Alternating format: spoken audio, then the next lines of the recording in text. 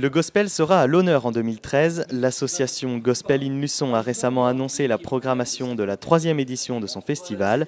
Et le moins que l'on puisse dire, c'est qu'il y aura des nouveautés. L'événement durera 2 semaines au lieu d'une, du 9 au 21 décembre. Et la pédagogie occupera une place importante avec la création d'une exposition musée sur le gospel à la salle des fêtes.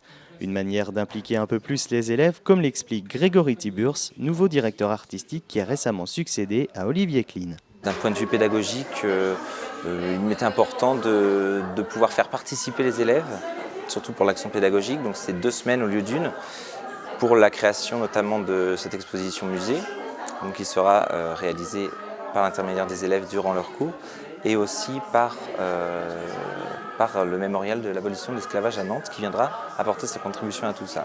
Et cette année, 4 concerts seront donnés, avec notamment le 21 décembre la présence de la marraine de l'événement, Dominique Magloire. Dominique Magloire, comme je l'ai dit tout à l'heure, est donc la demi-finaliste de l'émission The Voice sur TF1, que vous avez pu découvrir l'année dernière.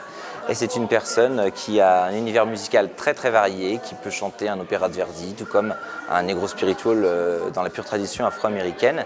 Et c'est quelqu'un qui, je pense, fera grandir le festival dans le sens où les personnes qui ne connaissent pas le gospel le pourront au travers d'autres styles musicaux. Je parlais tout à l'heure de mariage entre musique savante, musique classique et gospel traditionnel, et je pense que cette illustration même de la musique par cet artiste pourra permettre à tout le monde d'avoir un panel assez large sur les musiques gospel.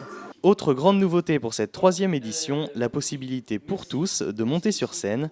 En effet, un concert d'une chorale créée spécialement pour l'événement aura lieu le 13 décembre. C'est la nouveauté de cette 3e édition.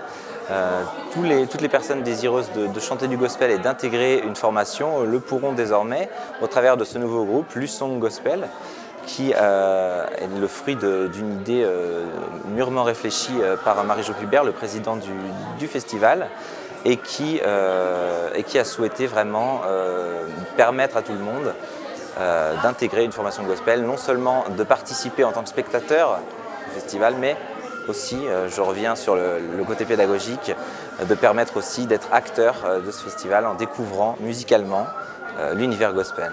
Alors, si vous voulez donner de la voix, rendez-vous le 17 avril prochain à 19 h à la Maison des Associations pour une réunion de présentation de cette chorale.